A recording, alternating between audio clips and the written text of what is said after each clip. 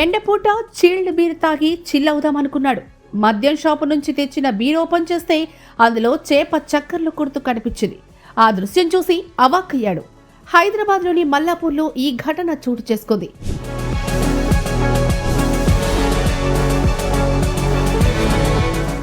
Nacharam PS పరిధిలోని మల్లాపూర్లో స్థానిక wine షాప్లో బీర్ బాటిల్ కొనుగోలు చేశాడు ఈ వ్యక్తి. బాటిల్ మూత తీసి చూడగా చేప పిల్ల కదలాడుతోంది. వెంటనే మద్యం షాపు నిర్వాహకులను ప్రశ్నించగా, మేం బీరు తయారు చేయలేదు, కేవలం అమ్ముతున్నామంతే అని సమాధానమిచ్చారట. ఒక బీరు ఓపెన్ చేస్తాం, రెండో బీరు ఓపెన్ చేసిన పట్టుకోసరికి ఇందులో ఒక చేప ఉరుకులాడుతుంది. ఈ చేప ఎరుకలు వచ్చినా చెప్పి వయసు నిర్ణయిస్తే మాకు బీరుకు సంబంధం లేదు, మేము తయారు చేయలేదు, మేము తెచ్చి అమ్ముతున్నామని తప్ప నాకు దృష్టి భావించి ఆరోగ్యం బాగా దాన్ని చర్య తీసుకోవాలని మేము ప్రభుత్వాన్ని చక్కగా.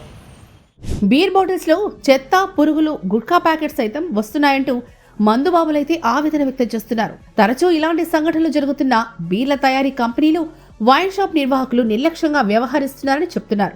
డబ్బులు పెట్టి ఆరోగ్యం పాడు చేసుకోవాలా అని ప్రశ్నిస్తున్నారు.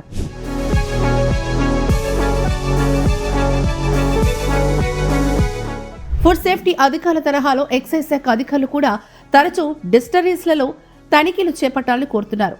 నాణ్యత ప్రమాణాలు పాటించని డిస్టరీస్ పై కఠిన చర్యలు తీసుకోవాలంటూ డిమాండ్ చేస్తున్నారు.